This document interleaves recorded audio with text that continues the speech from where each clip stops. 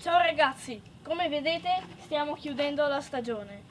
E questa, ve la ricordate? La canna da pesca fatta con un legno di fico? Non so se farlo diventare un arco oppure tagliarlo più o meno qui e legarlo ad un altro legno con delle fascette nel caso io mi scordassi la mia canna da pesca. Potrebbe essere un'idea legarlo con 3 fascette ad un altro legno anziché rifare il nodo della montatura.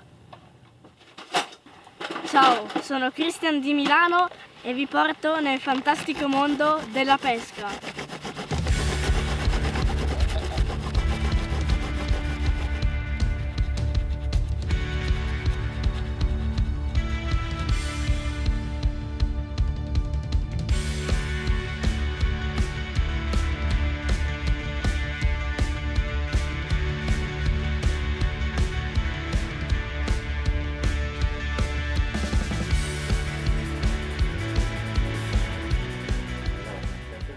Questa potrebbe essere la mia attrezzatura per delle vacanze selvagge.